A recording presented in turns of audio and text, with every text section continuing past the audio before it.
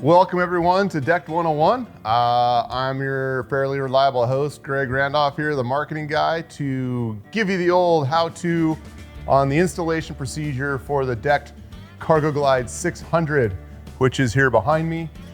This video is about installing it into your naked truck bed.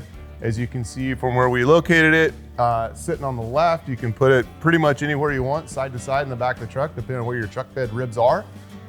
So pretty easy. It's gonna be really simple. We're gonna drill a few holes, put in some plus nuts. So let's get going and dive right into it. To get this job done, you're gonna want a classic American tape measure, a marking pen, a knife or box cutter, 5/16 and 1/2 inch drill bits, maybe a drill stop for each, though a bit of tape can work in a pinch, a 1/2 inch socket and ratchet handle, an adjustable wrench, and the hardware kit. You will also need either a semi-reliable buddy or a trusty sawhorse. If you have purchased the optional high sides, go ahead and install those now. This will ensure proper clearance, as there may be less clearance up higher on the truck bed wall. Now, it's all about location, location, location. Grab your buddy. If you don't see him right away, just follow the trail of empty cans. Together, lift and place the units into the bed of the truck, close to the location you want to mount it or them. If you're going to go with a 2 side-by-side configuration in a full-size truck bed, it'll be a good idea to do both simultaneously to be sure everything fits and operates correctly before you go to drilling. Push the CargoGlide or CargoGlides toward the cab until the tray or high sides are no less than 1/2 inch away from the cab side bulkhead. Now close the tailgate to ensure proper clearance. If it doesn't fit, cease operations immediately and contact our customer service. If the tailgate closes and you've got that 1/2 inch minimum at the cab end from the most forward-facing surface, you're pretty good to go. Check to ensure nothing interferes with the location and the operation. You'll want to take a real close look at things like the tailgate, wheel wells, doorway, edges, and so on and so forth, just to make sure everything fits and you like what you got. Now, let's make sure we measure twice, but only drill once because you can't undrill holes. Keep your tape measure handy and go ahead and open the tailgate. Disengage the tray latch and pull the tray until all cross members are exposed, checking for interference along the way. Remember, this thing isn't bolted down yet, so you'll need to support the open tray with your sawhorse. Measure from the cab side bulkhead to the bottom mounting frame. There should be, once again, a minimum of a 1/2 inch clearance between the bulkhead and the frame.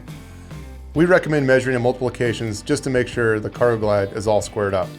Now measure from side to side from the CargoGlide to the bed wall at both the front and back of the unit to confirm it is properly squared up. Okay, get your magic marker and locate the slots placed at each mounting point in the bottom frame.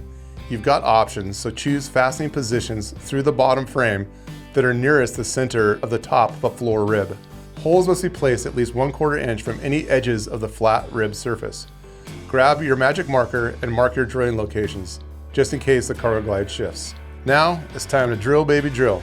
Grab your drill bits and drill stops or tape. Get the drill stops onto both the 5/16 and 1/2 inch bit set to a 1/2 inch depth.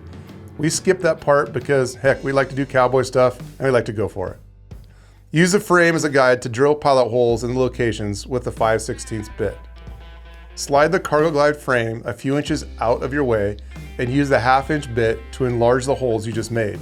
Use high speed and low pressure for the perfect hole. Seal the raw edges with primer included in your hardware kit. We also did not do this, it's just a truck bed. Set up the plus nut tool with the parts and pieces looking like this.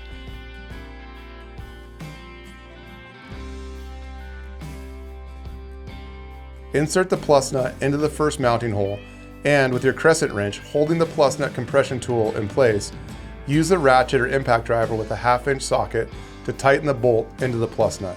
As you tighten the bolt, you will first feel strong resistance, then light resistance, then stronger resistance again as it crimps the plus nut anchor under the vehicle bed. You want it good and snug, but do not over tighten. This is not Muscle Mania 16, just get them good and snug. After the plus nut has been fully crimped, remove the bolt and repeat on the other mounting locations. Move the frame back into place over the plus nuts. Place a washer on each of the 5/16 bolts. Install the bolts through the mounting hole in the frame and into the plus nut. Snug them up, but don't fully tighten yet. After they're all snug, do a last check for proper alignment and fully tighten each securely in each of the mounting positions, being sure the frame doesn't shift in the process. Fight the urge to crank them down. It's a good idea to inspect the bolts periodically to ensure they remain securely fastened. We always recommend practicing safe storage, so prior to placing any cargo on the tray, carefully slide it in, releasing that latch handle to ensure it functions properly. You may find when the CargoGlide is loaded, the latch handle release may be harder to squeeze. This is intended to keep the tray from moving while stowed. To make it easier, simply apply a little pressure on the tray towards the cab side while squeezing the handle. You'll be looking for a minimum 1-inch gap between the lowest point of the extended unloaded tray and the highest point of your tailgate. So have a look at your tailgate and CargoGlide for reference. If you need a little extra room, grab a 1/4-inch hex wrench and a 9/16 socket.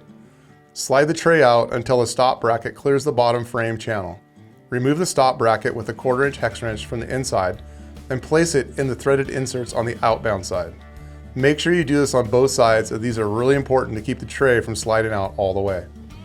Slide the tray in and lift it and push it back towards the cab until you can rest the bracket on top of the frame. Remove the tailgate roller axles, nuts, thrust bearings, washers, and rollers from both sides using a 1/4-inch hex wrench and a 9/16 socket. Reinsert this assembly into the upper mounting holes in the bottom frame. Replace all parts in the same order on both sides and tighten them down.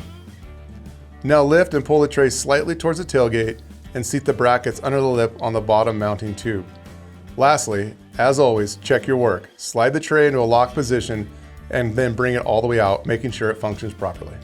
Shazam, that's it. Like we said, really easy. All you need is a couple thumbs and half a brain. You can do this job yourself.